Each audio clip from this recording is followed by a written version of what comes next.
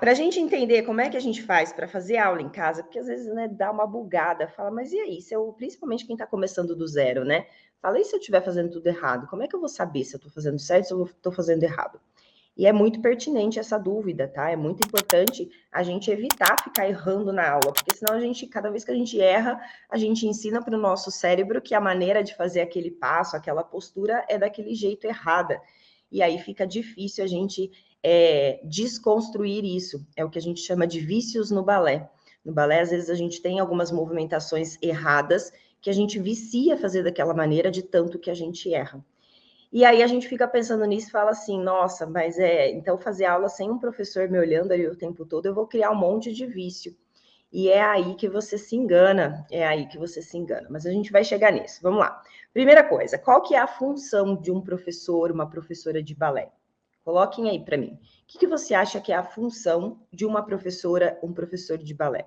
Você está lá, vai começar balé agora, ou está voltando para o balé agora, ou você até já faz aula. O que você considera que é a função da sua professora, do seu professor, dentro da sala de aula, ou assim como eu estou fazendo com vocês aqui no formato online? Qual é a minha função aqui? Qual é a função da sua professora?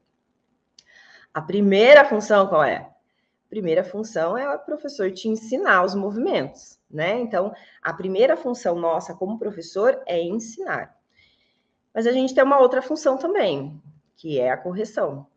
Ensinar e corrigir. Aqui no mundo paralelo do balé online, a gente não usa essa palavra correção, a gente não usa corrigir.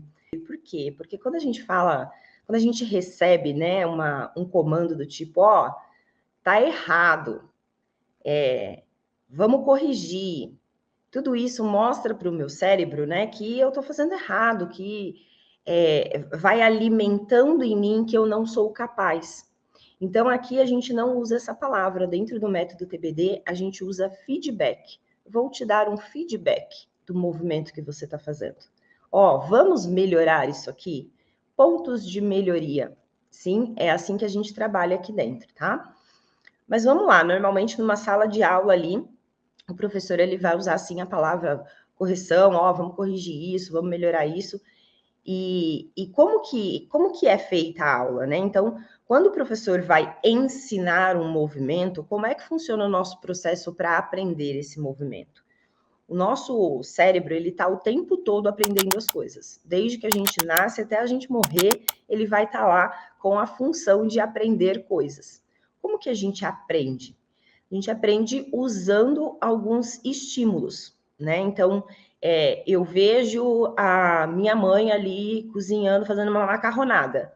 E eu observo ela fazendo a macarronada. Os meus olhos mandam informações para o meu cérebro de como aquele prato é feito, sim, e eu vou aprendendo olhando, certo? Essa é uma maneira de aprender. No balé também, né? Eu vejo lá o professor mostrando o movimento e eu vou assimilando o que eu estou vendo para conseguir executar o movimento. Então, a visão é uma das primeiras, um dos primeiros estímulos que a gente usa para aprender balé. Mas não é só a visão que a gente pode usar o estímulo auditivo, né? O que a gente escuta. Então, se eu estou vendo a minha mãe fazendo um prato de macarronada ali, e ela vira para mim e fala assim: ó, primeiro você vai colocar água para ferver, e aí você vai colocar um pouquinho de sal, um pouquinho de azeite na água. Quando a água estiver fervendo, você vai colocar o macarrão, esperar ele dar o ponto. Depois você vai cortar a cebola para fazer o molho.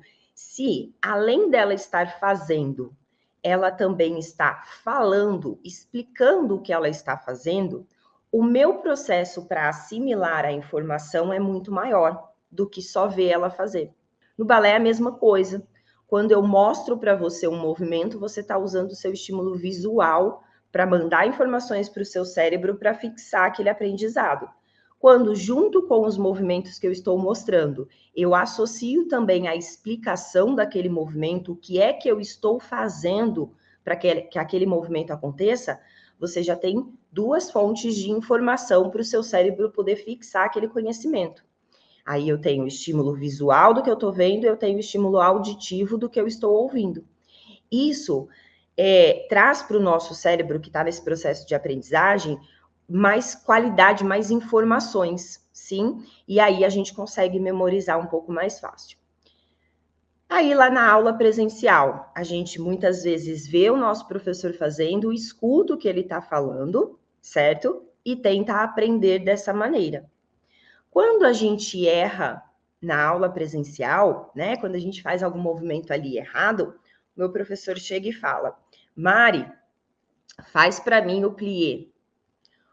Ah, show, fez o plié. Fica aí no plié, Mari. Aí o professor vai lá com as mãos e empurra o meu joelho para trás, coloca as mãos e empurra o meu quadril para frente. Para quê? Para eu entender qual é a posição que o meu corpo tem que chegar num demi-plié. Então, ali o professor já está começando a usar o tato para fazer a correção. Ele pode chegar e falar para mim assim, Mari, joelho para trás, empurra o joelho para trás, empurra o xixi para frente, empurra o quadril para frente, encaixa a pelve. Sim, mas ele também pode usar o tato. Faz sentido? Então, é como se eu estivesse lá, na minha aula presencial, e eu estou lá, e aí eu vou fazer. Estou lá, meu professor foi lá e falou, então, ó, demi-plié. Se ele só mostra, eu tenho uma determinada quantidade de informação para entender o demi-plié. Se ele vai mostrando e explicando, no demi-plié, a gente dobra lá o joelho, calcanhar no chão e estica. Dobra lá o joelho, empurra o quadril para frente e estica. Esse é o nosso demi-plié. Agora eu já tenho duas qualidades de informação. Só que na hora que eu vou fazer, principalmente para quem está começando no balé, a tendência é a gente estar um pouco insegura, porque é a primeira vez que eu estou fazendo aquele movimento. E aí algumas coisas podem passar batido. Por exemplo, o plié correto estaria sendo feito aqui, e eu posso simplesmente fazer assim. Quando eu fiz assim, o meu professor vai falar, empurra o xixi para frente, o quadril para frente, eu faço assim. Aí o professor vai falar, empurra o joelho para trás, eu faço assim. Por que que isso acontece? Porque está sendo dado estímulos táteis ali, e onde eu tenho um tato, eu presto atenção, onde eu não tenho, eu não presto. Então, se o meu professor chega aqui e coloca a mão no meu joelho e empurra o joelho para trás, eu vou fazer isso aqui. Tá vendo que o meu bumbum acaba indo junto. Aí, se ele pressiona que ele vem aqui, pega o meu quadril e empurra lá para frente, fico aqui. Qual é o problema que eu vejo da gente como bailarina, principalmente bailarina adulta, aprendendo a se corrigir com o tato?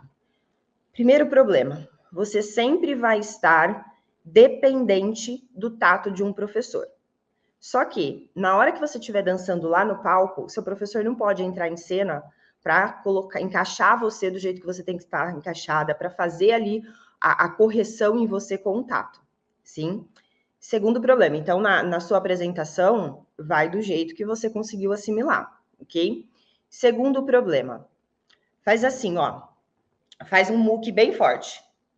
Vai lá, faz um muque aí bem forte para você sentir a diferença. Olhando para frente, fazendo um muque lá forte. Onde você sente ali que você está fazendo força? Onde você está sentindo força? Ah, eu posso estar sentindo força um pouco no punho, bíceps, né? Um pouco de deltoide. Nossa, Mari, tá doendo tudo. Fica aí. Agora, olhando para frente, coloca a sua mão e pressiona o braço. Percebe a sensação corporal como mudou. Sem o tato, eu consigo perceber meu músculo contraindo. Com o tato, o meu cérebro divide a atenção. Ele tem que prestar atenção no músculo contraindo, mas ao mesmo tempo veio um estímulo externo de tato. E o tato para o nosso cérebro, para muitas pessoas mais e outras menos, mas ele é um sinal de alerta. Toda vez que alguém encosta em você, você olha, o tato puxa a atenção para aquela pessoa que está tocando na gente. Então, quando a gente está fazendo aula, o professor com as mãos vem fazer correções, a gente começa a prestar mais atenção naquele tato do que na própria percepção corporal do movimento. Por isso que eu sou uma professora que raramente utilizo tato quando eu dou aulas presenciais. Eu raramente toco nas minhas bailarinas, porque eu acredito que elas precisam desenvolver a consciência da percepção corporal. Porque na hora que eu estiver lá no palco dançando, quem vai falar para mim se o movimento está certo ou está errado é a minha percepção corporal. Na hora que eu estou dançando e eu vou lá e eu coloco um arabesque, fiz lá um movimento lindo, maravilhoso, fui lá e coloquei um arabesque. Para eu saber se esse arabesque está certo ou não, enquanto eu estou dançando, não tem espelho. No palco não tem espelho, né? Como é que eu sei se meu arabesque está... Deixa eu fazer de frente para vocês verem o erro. Como é que eu sei se o meu arabesque está lá certinho ou está errado? Pela minha percepção corporal. Aqui ele está errado.